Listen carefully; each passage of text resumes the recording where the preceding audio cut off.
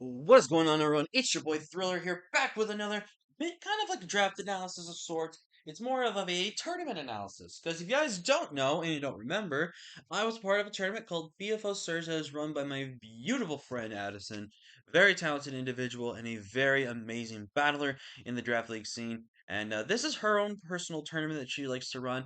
She runs it about tries to run it every year, but kind of goes every year or so, which is totally fine as obviously a life and stuff gets busy, so it's a hard time to run tournaments. But she's now ready to decide to do another Gen 9 tournament, which I am very looking forward to. Last time we did Gen 9, unfortunately, we just barely missed the top brackets for the single eliminations. It definitely did not help that for one of those games I had to play off my phone and did not have the proper ways to calc or anything. So we're hoping to come back with a vengeance this season. And I think we got a good starting team. So basically, I'm going to go over all the rules and then we're going to talk about the team. So the rules for this season, there are going to be 8 pools, I'm pretty sure. And 8 pools will have roughly around 10 coaches or so, I think, in each one. I want to say around 10, 10 to 12 at max. And we're going to have 5 weeks, so 5 games for these games. The first 2 weeks will be with the first team we draft. So basically, the first 6 or 8 Pokemon that we draft, because we will only get access to 6 to 8 Pokemon at maximum throughout this entire tournament. Excuse me. Oh. We will play these first 2 weeks with the teams that we have originally drafted. Now, going into each game for week 3, 4, and 5, we will do a redraft for each week, essentially. So, what's going to happen is that we will then get an additional, I think it's 10 points, and then we will do, I think we get like 2 or 3 transactions to add to our draft or change to our draft. And it'll be kind of snake style again. That way, it's fair for everyone to get a chance to make a pick instead of having just everyone fight for the death of who gets what. Which I think is a really cool system for especially a tournament like this. So I think it's really good. We get 45 points to start with this first for the first batch of Pokemon that we'll get, and we started with the 10 or below point tier. So very much you can go super top heavy with this draft. And just go with 6 Mons if you're super confident in the team. Or basically just draft 6 Mons and a 1 pointer that maybe you could use for memes if you can.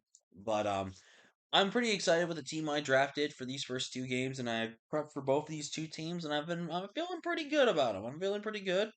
Obviously, we'll go into how I've prepped with them, but it's gonna be really awesome to see how well we use this team. So with that being said, if you guys are excited, leave a like if you haven't already. Subscribe if you're new. Join the Thrill Crew today because we're thrilling with the King of the Crew.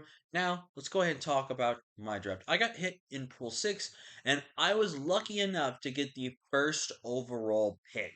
Now, I think first overall pick, especially for a tournament, is kind of a good and a bad. It's good because you get one of the best Pokemons in that point tier, at the highest tier. It is a little bad because then you have to really kind of plan around what kind of type of build you want to go with this team. You kind of want to have for just a starting, you know? Excuse me.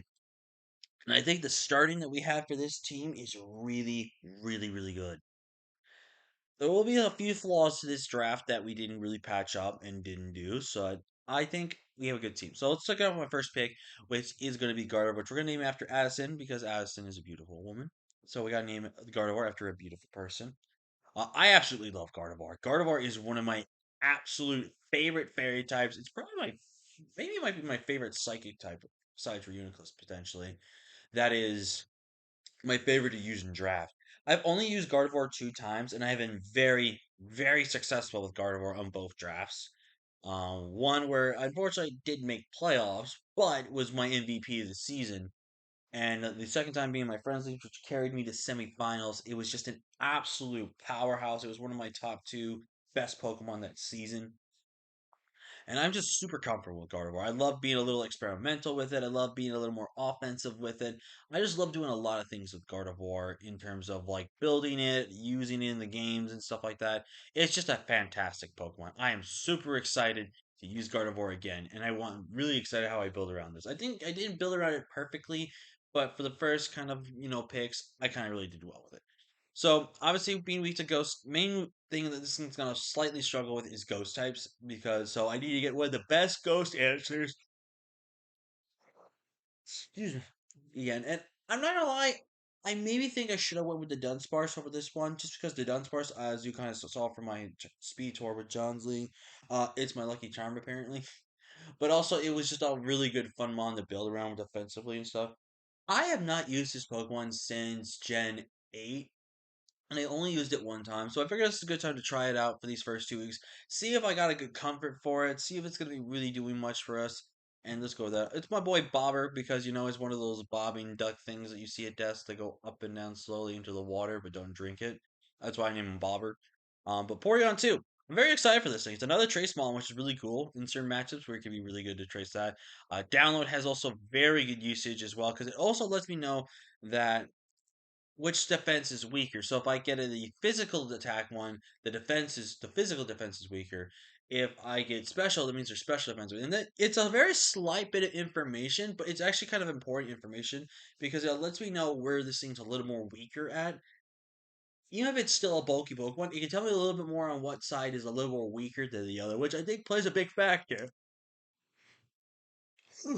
with the team I have, which is really good. Overall, I think Porygon 2 is really good. It gives me access to Trick Room, which is really great. It's a good foul play mon. Does access Thunder Wave, so it has good support utility. Did lose Toxic in Thunder Wave, and it did get a nerf to recover. But I think overall, this is still a very fat duck, and I actually like the duck. So I'm really hoping we can use it well this season. For my third pick, I really need a good fighting type to help kind of mitigate some of the dark, but more importantly, that steel weakness that Gardevoir is going to be facing as well. And that is going to be for my boy John Jr., Bernardo. And I don't know why he likes to call it that way. I don't know why. But we have Bernardo here, our Embor, and I'm a massive Embor hater. I'm not going to lie. I think this is a very bad Pokemon with garbage speed, garbage defenses. It's got great wall breaker potential, and it has good options for being Terra. But one thing I also forgot to kind of say at the beginning of this in this league, there is no Terra allowed, which I think is going to be a nice kind of little refreshing pace. Now, we just got to hope no one clicks the Terra button, so we're not used to that. I would hate for someone to get a forfeit loss because they accidentally clicked Terra. That would be so, oh my god, that would be so sad. I'm really hoping, PSA, don't click Terra button in this one. Because I honestly would hate to see someone be forced to lose a game because they accidentally clicked Terra.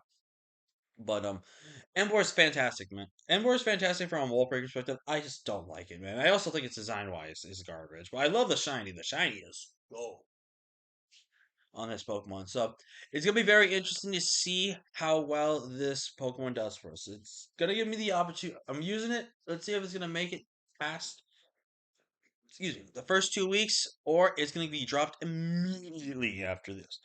So let's see if Bernardo can do it for us. Going to round four, again, getting that steel resistant, which is really good, but also now needing kind of a ground check.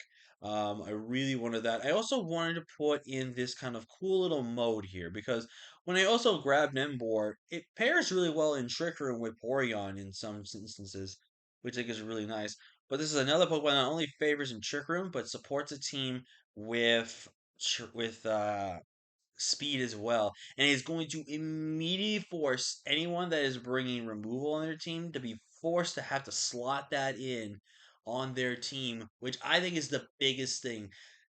And I know two of my opponents have mons that can remove hazards, and I know this is going to force them to have to bring removal on their team. Otherwise, my team can just easily win against them. So definitely one of the best things about having them on, like especially like a Raquanid, is it's going to force you to bring boots. It's going to force you to bring defog or rapid spin because you're not going to run boots on every single Pokemon because then that really limits your usage for them.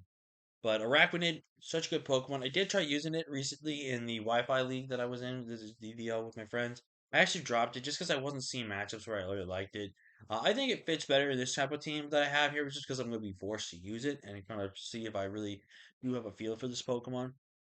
But Araquanid is really cool. We're naming it Bugs in Your Skin because if you don't know, my good friend OG Albina Owen was streaming the DLC for the Indigo Disc, and they looked at Araquanid, and Kurt, my buddy Kurt, funniest man alive. Please go check him out.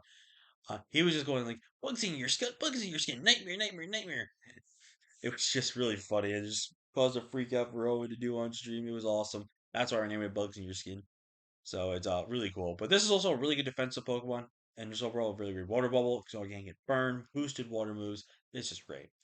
I need an electric type because I have no electric resistance besides Trace Volt Absorb, and I really have been trying to get to use this Pokemon eventually. I just either grab either slightly better electrics or get an electric beforehand.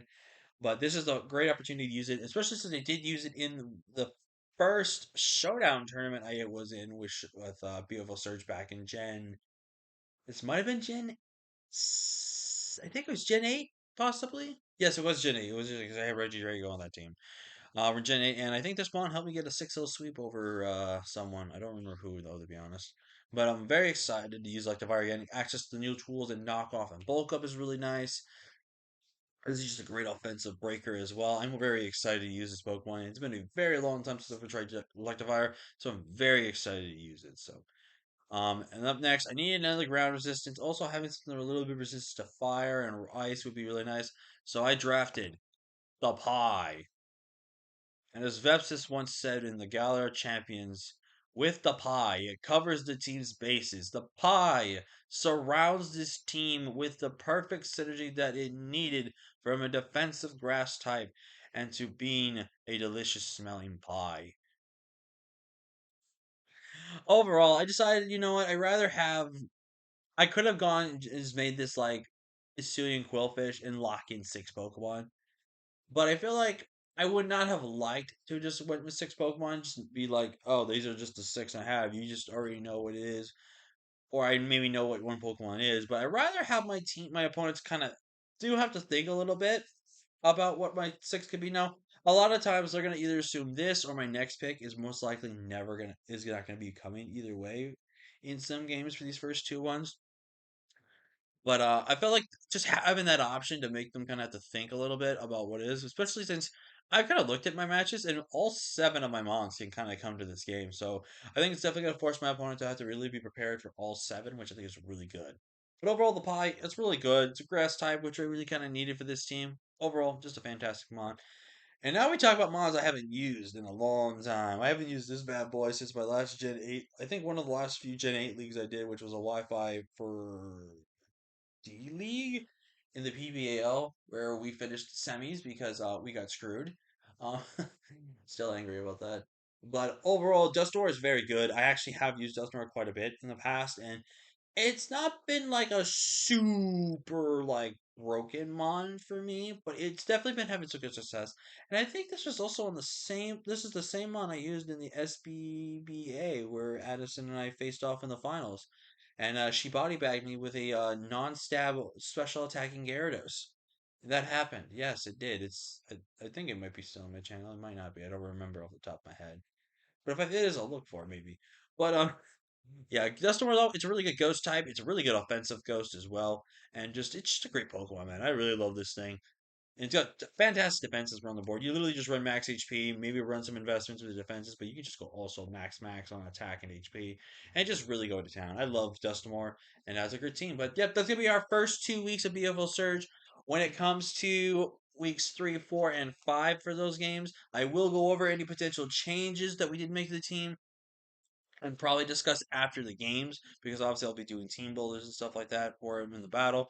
But overall, very excited for this team. Thank you so much to Addison for inviting us back for our third time here, fourth time technically, because our first 2 times was the BDSP showdown. Well, not BDSP, that was like Galar showdown, and then BDSP Wi-Fi that we did, where we did better in Wi-Fi than showdown, which is funny. And then we came back for BFO Search like a year or two ago for the beginning of Gen 9, and then there was this one right now. So for me, it's been 4, but technicality it's 3. But so very excited to be back, and we're ready to do this, baby. I want to make I want to make that top 32 again, man. I want to make it to those top 16s or 18s because we finished in the top eight of the quarterfinals of the tournament in the BDSP Wi-Fi, which I was insanely proud of myself for, by the way. I was really proud of myself to make it that far. But very excited for this tournament. But yeah, if you guys are excited, leave a like, give it a rating, subscribe if you're new, and I'll see you guys next time. Peace.